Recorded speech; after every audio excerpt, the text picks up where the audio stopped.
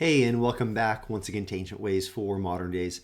My name is Mike Freeman, and this marks the beginning of our final week in the Gospel of John. We started it this January. We've been plodding through it, and now we finally reached the end of this incredible gospel. And today we're going to look at just a wonderful story where we have Jesus once again, his appearance to his disciples, and we're going to watch them respond. Specifically, we're going to see Thomas's response. Now, why don't you turn with me to the text? It's John chapter 20, starting in verse 24. It said, "Now Thomas, one of the 12, called the twin, was not with them when Jesus came, when he came the first time. So the other disciples told him, or they repeatedly told him, or they tried to tell him, 'We have seen the Lord.' But he said to them, 'Unless I see his hands and the mark of the nails, and place my finger into the mark of the nails, and place my hand into his side, I will never believe.'" 8 days later, his disciples were inside again, and Thomas was with them. Although the doors were locked, potentially still worried about retaliation from the Jews against these Jesus followers, although the doors were locked, Jesus came and stood among them and said, "Peace be with you." And then he said to Thomas, "Put your finger here and see my hands, and put out your hand and place it in my side. Do not disbelieve, but believe." Thomas answered him, "My Lord and my God." Jesus said to him, "Have you believed because you have seen me?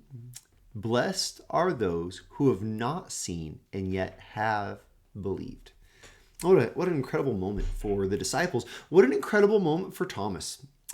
Thomas gets this rap as the doubting Thomas, or as a skeptic, and I don't think it's without reason. I mean, he's obviously doubting here in this moment. But I love Thomas's desire to know what's true and not to be fooled. He's maybe thinking that Jesus appeared as a ghost, that Jesus didn't really resurrect from the grave physically. And so Thomas is thinking these things. And so he even says, "I will never believe unless I see, unless I touch Jesus."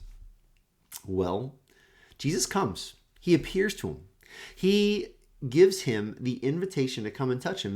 The text does not say that Thomas actually comes and places his fingers in Jesus' side.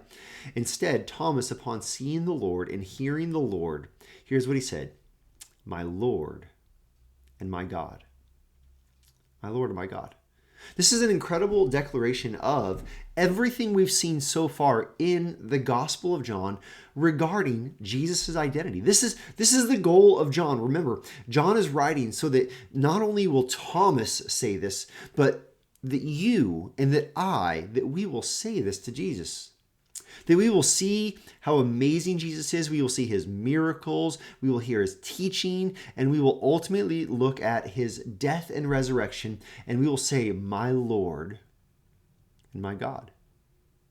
Here, Thomas declares Jesus to be his Lord, to be his master, to be the one worthy of following, the one that Thomas owes his allegiance to. And he also declares Jesus is his God.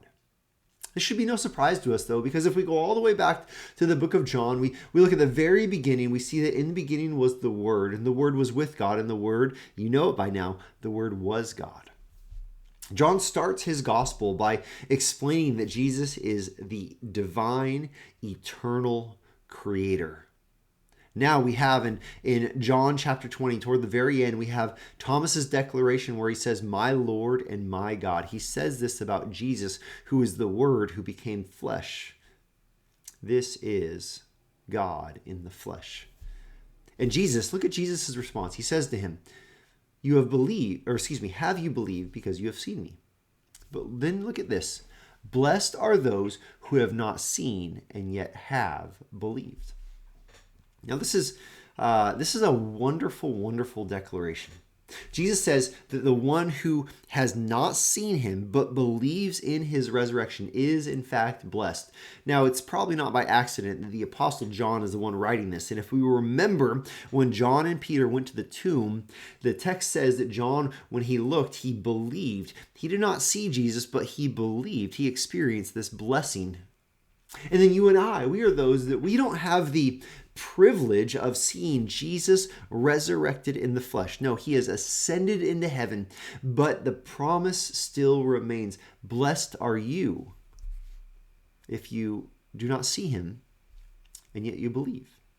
Now, this is not saying that we are to be believers who have a faith that is completely divorced from anything rational, a faith that is completely separated from logic. No, John has actually presented an incredibly full account of evidence of who Jesus is and of his resurrection.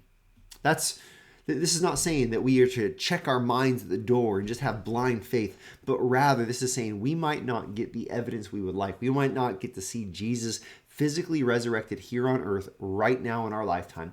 But when we believe in him, when we believe his identity, when we believe that he lived the perfect life, died the sacrificial substitutionary death, was resurrected in victory, and now ascended and reigns in glory, we're blessed.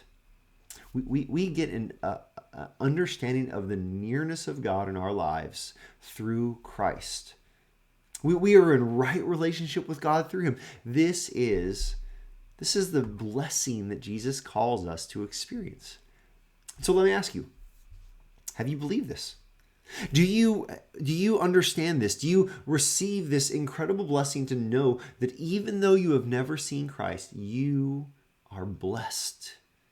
You're blessed with a salvation that no one can take away from you.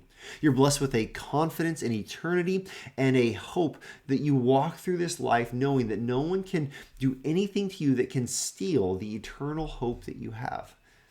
This is the promise of Christ, and this is our ancient way for our modern day.